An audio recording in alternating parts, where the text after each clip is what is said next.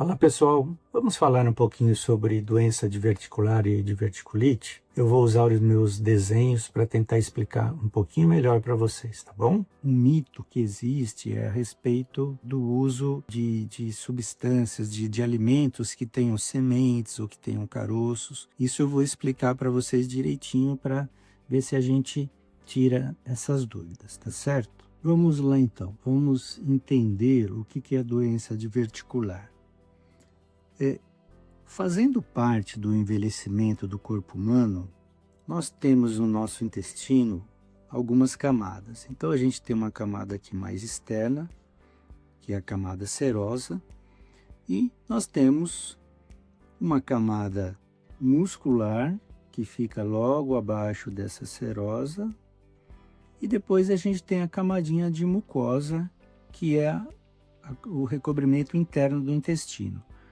Aqui nós temos aqui um corte do intestino, né? Então, do lado de cá, continua da mesma forma. Acontece que, com o passar dos anos, essa camada muscular, ela tende a se fragilizar. Isso faz parte do envelhecimento. A gente sempre acaba perdendo um pouquinho da nossa massa muscular. Quem faz mais exercício perde menos. Quem não faz exercício perde mais. Mas todos nós perdemos um pouco da nossa parte muscular. Então, essa parte muscular do intestino grosso, ela também acaba se fragmentando em alguns locais. Então, ela cria uma solução de continuidade, por exemplo, aqui, ela se rompeu aqui, então aqui ficou sem a muscular, aqui ela se rompeu, ficou sem a muscular, e aí ela continua indo. Acontece que a contração do intestino, como é que o bolo fecal caminha no intestino? Ele contrai aqui, empurra as fezes para frente, contrai mais um pouquinho, empurra as fezes para frente. Então, quando ele contrai, ele faz força, ele gera uma pressão aqui dentro, certo? Como nesse lugar houve uma perda da continuidade muscular, é uma região mais frágil nesse lugar aqui. Então, quando faz a pressão, a mucosa acaba saindo para fora e aí ela se continua. Aqui é a mesma coisa, tem mais pressão, a mucosa sai para fora e aí ela continua a mesma coisa, tá? Então, dessa maneira, por essa fragilidade, por essa solução de continuidade na camada muscular, é que se formam os divertículos no intestino grosso. A formação dos divertículos não chega a ser uma doença, tá? Faz parte do envelhecimento. Para vocês terem ideia, com 60 anos, quase 60% da população tem divertículos. Com 70 anos, quase 80% da população tem divertículos. Com 80 anos, quase 90% da população tem divertículos. E a gente opera todo esse povo, a gente opera todas as pessoas que têm divertículos? Não, porque é uma característica natural. O que pode ocorrer em uma pequena parte da população é que, principalmente pelo ressecamento das fezes, quando ela passa por aqui mais endurecida, essas fezes mais ressecadas podem impactar aqui, podem obstruir aqui e podem causar esse conteúdo que está aqui dentro, ele não consegue sair. Então ele tem conteúdo do muco intestinal, tem a flora intestinal com bactérias. Se ele fica parado aqui, ele pode sim gerar um processo, a princípio inflamatório e depois infeccioso. E aí sim, nós temos uma doença, nesse caso, que é a diverticulite. Então, tem que ficar bem claro, ter divertículos é uma coisa natural que faz parte do envelhecimento. A diverticulite, sim, é uma doença que merece atenção. Bom, teve a diverticulite, inflamou, inflamou, juntou os micro-organismos. O que você vai fazer? Normalmente a dor é mais do lado esquerdo. a gente vai ter que tratar, vai ter que deixar esse intestino mais em repouso, então vai fazer uma dietinha mais líquida, para que tenha pouco resíduo para passar por aqui, vai entrar com antibiótico para controlar essa flora bacteriana, para que o organismo combata essa infecção e ela desapareça. Se a gente não fizer o tratamento, ou se a infecção for muito forte, ou tiver uma bactéria muito forte, pode haver uma complicação? Pode.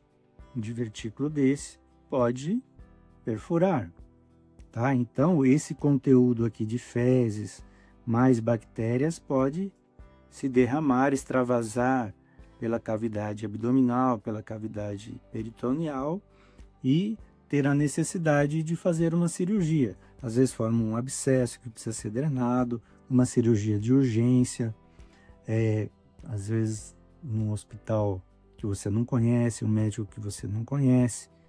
Você pode precisar ser operado com o intestino muito sujo, com muitas fezes, e aí você vai precisar exteriorizar o intestino na forma de uma colostomia, certo? Então, a diverticulite, quando a pessoa tem divertículos, qual é o melhor tratamento? Se alimentar muito bem, com uma grande quantidade de fibras e fazer com que você tenha uma evacuação diária, regular, sem esforço, sem ressecamento. Provavelmente você não terá o processo inflamatório desses divertículos. Uma outra regrinha que a gente sabe é que às vezes o divertículo está mal posicionado, apesar da pessoa fazer a dieta correta, ele está numa das curvas do intestino, ele está em algum lugar que não colabora muito com anatomicamente, ele acaba se inflamando. Então, quando inflama uma vez, faz o tratamento, inflama uma segunda vez, trata de novo. Acima do terceiro episódio, principalmente, a gente tem que pensar em fazer a cirurgia, porque a tendência dele repetir essa inflamação é muito grande. A tendência de ter uma perfuração é muito grande. A tendência de fazer uma cirurgia de urgência com um alto risco, uma alta taxa de e mortalidade é muito grande. Então, a partir do terceiro episódio, a gente opta por ressecar esse segmento. Resseca o segmento que está comprometido e vai unir, fazer uma emenda do segmento bom com outro segmento bom. No próximo desenho eu vou mostrar aonde é mais frequente que ocorram os divertículos e qual é o lugar que a gente faz essa ressecção. Então, com o advento de antibióticos novos, a gente percebeu que houve uma tendência maior de tentar sempre tratar clinicamente a diverticulite. Não chega a ser um erro, mas a pessoa tem um episódio de diverticulite interna, toma antibiótico forte, melhora, cicatriza. Quando cicatriza, ele fibrosa um pouquinho tudo isso aqui. Ele diminui a capacidade, a elasticidade, aumenta a espasticidade. Aí vai para casa, tal, depois de 6 meses, 2 meses, 3 meses, ele tem um novo episódio. De novo ele interna antibióticos bons, consegue melhorar o componente infeccioso, porém a cicatriz é mais fibrose. Esse intestino vai ficar mais fibroso, mais espástico, vai contrair com mais força. Então, ficar prolongando, tratando 2, 3, 7, 8 vezes, acaba só piorando o prognóstico do paciente. E quando a gente vai operar, o que a gente encontra é um tecido totalmente endurecido, totalmente aderido aos tecidos adjacentes, perigosamente aderido aos tecidos adjacentes, e se torna uma cirurgia muito trabalhosa. Então, apesar de a gente ter novos antibióticos, apesar de a gente ter muita possibilidade de tratamento da diverticulite, acima do segundo ou do terceiro episódio, a gente tem obrigatoriamente que pensar em retirar esse segmento, senão você vai acabar transformando uma cirurgia mais simples numa cirurgia mais complicada. Nós já chegamos a operar pacientes que chegou a ficar 14 vezes internada com diverticulite, né? Melhorou nas 14 vezes. Quando chegou na 15ª vez que a gente precisou operar, o tecido estava tão endurecido que parece madeira. Tem a consistência de madeira. Imagina você fazer uma ressecção, você fazer uma dissecção anatômica, um tecido todo fibrosado. Então, procure sempre o aconselhamento do seu médico e não tente postergar demais. Está tendo crises de diverticulite, pense logo na possibilidade do tratamento cirúrgico para não ter uma complicação grave, inclusive não ter que usar a bolsinha de colostomia, tá bom? No próximo desenho agora eu vou fazer um desenho anatômico mais global e mostrar a incidência desses divertículos, tá ok? Então, como é que é um desenho esquemático aqui? Aqui você tem a abertura do ânus, tá? Logo a seguir você tem um segmento que ele é mais retilíneo, por isso recebe o nome de reto.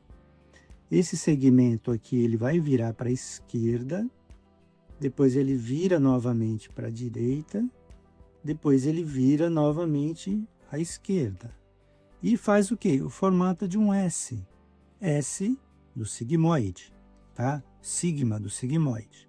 Depois ele sobe um pouquinho e atravessa até o outro lado do abdômen, tá? Por isso que ele chama de cólon transverso. E aí ele desce, que é o cólon descendente, até ele terminar aqui em fundo cego. Por isso que ele se chama de seco. No finalzinho aqui do seco você tem o apêndice, que de vez em quando vai incomodar você com uma apendicite.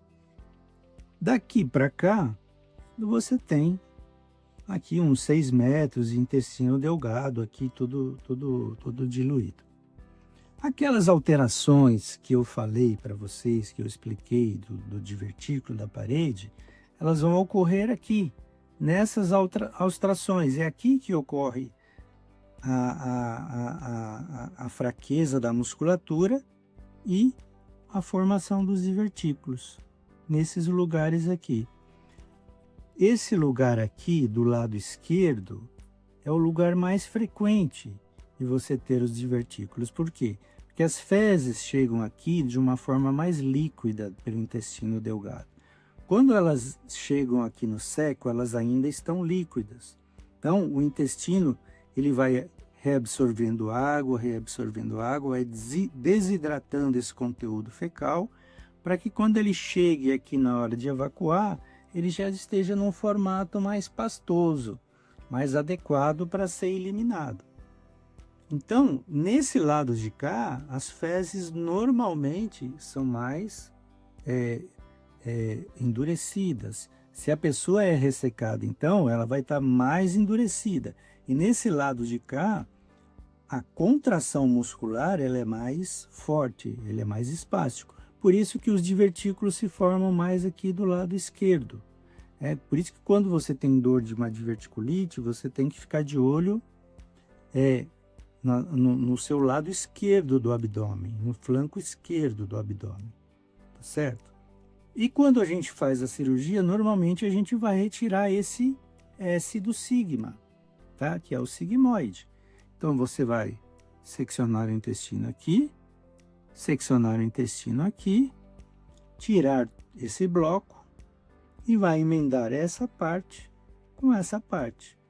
É uma cirurgia que, se ela for feita eletivamente, com o colo preparado, sem fezes, com tudo da melhor forma possível, sem infecção, você já teve vários episódios, tratou, está bem, está numa fase boa, essa cirurgia ela é mais tranquila, ela é mais simples.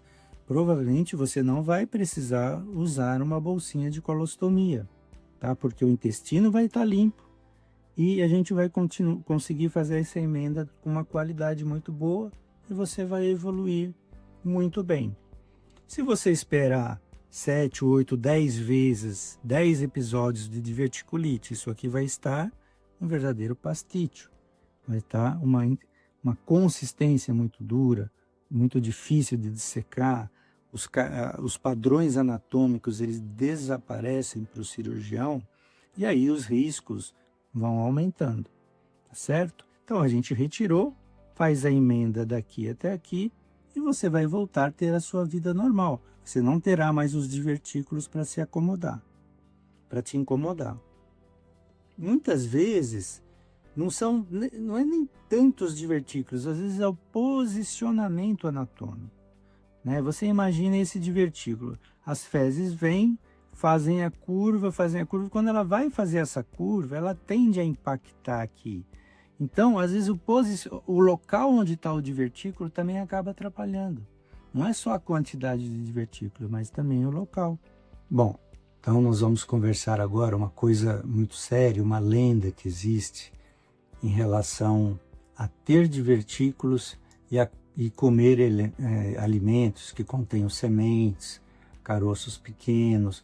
Eu devo comer um mamão com uma sementinha, eu devo comer a goiaba que tem a sementinha, e o tomate, né? O tomate ele é cheio daquelas sementes pequenas. Será que dessas sementes, uma fruta que tem uma semente, será que desses carocinhos, dessas sementes, vai lá e vai entupir aquela entradinha do divertículo que eu mostrei? Na minha opinião, isso é uma ilusão, é uma ficção científica, né? Um conto de fadas. Na realidade, o que entope, o que provoca uma diverticulite é o ressecamento do intestino. São as fezes estarem endurecidas demais. É você não comer verduras, não comer legumes, não comer o tomate, não comer o jiló que tem as sementinhas. Porque se você ficar neurótico pensando nessas sementinhas, nesses carocinhos.